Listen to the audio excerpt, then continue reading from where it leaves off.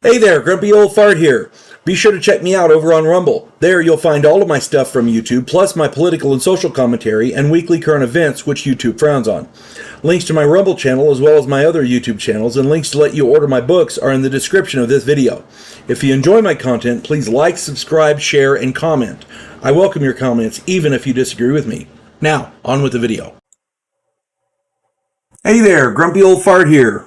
I'm doing an advanced Dungeons & Dragons monster video on the Kenku. I've been playing Dungeons & Dragons a long time, since the mid-70s. And during all my years of playing advanced Dungeons & Dragons, I've run across all manner of creatures, both friend and foe. I've only run into Kenku twice that I can recall. The first time was when our group needed a guide and we hired what we thought was a mute tribal barbarian to lead us through a mountain pass. It ended up costing us most of our valuables as the Kenku robbed us blind. And of course, we ended up lost. So, the second time was when our group was tasked with delivering a ransom to retrieve a kidnapped merchant. We delivered the ransom and got the merchant back. But by the time we'd return home, all of our personal valuables were gone. Yeah, Kenku can be quite mischievous and quite... Okay, they're thieves. Let's just call it what it is. Kenku are mischievous creatures who prefer to target humans and other humanoids for pranks, kidnappings, for ransoms, and for general practical jokes. They will go to great lengths to cause mayhem. Kenku can be found on page 56 of the Advanced Dungeons & Dragons Fiend Folio. Be sure to read upon them very thoroughly before using them in your game. Kenku are one of the few creatures that I have never used in my games.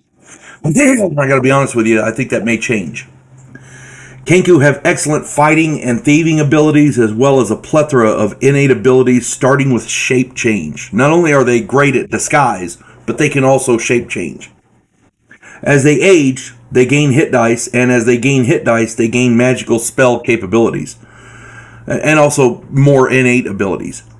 These innate abilities include invisibility and call lightning. So they can look like somebody else, and worst comes to worst, they can become invisible. And if you still find them and you're still trying to get them, they can defend themselves quite well with call lightning. It can be quite nasty. And I must say, after doing the research for this video, I'm looking forward to using them in my games. The mischievous pranks made possible by their various abilities should prove enjoyable. My mind is awash with the possibilities of how to work them into the storyline. And nothing else, they'll be useful to drive my players batshit crazy, because as a dungeon master, that's one of the things that you need to do once in a while. Just drive your players crazy. Not viciously, but just to keep them on their toes, to keep them honest. You know what I mean? The Kenku's ability to fly away, because they can fly as well, they're actually bird people. They will prevent retaliation and help to stymie the players further. So there's a variety of different ways that you can use a Kenku, and because of their mischievous nature, they're more than willing to go out of their way to do weird things just to make your players crazy. It should prove fun as hell to run, and as far as your players are concerned, unless they figure out what they're up against, it's going to be more confusion than anything else, and that's a good thing. Unless you're outright trying to kill them, confusion is a good thing. A little confusion goes a long way in your game.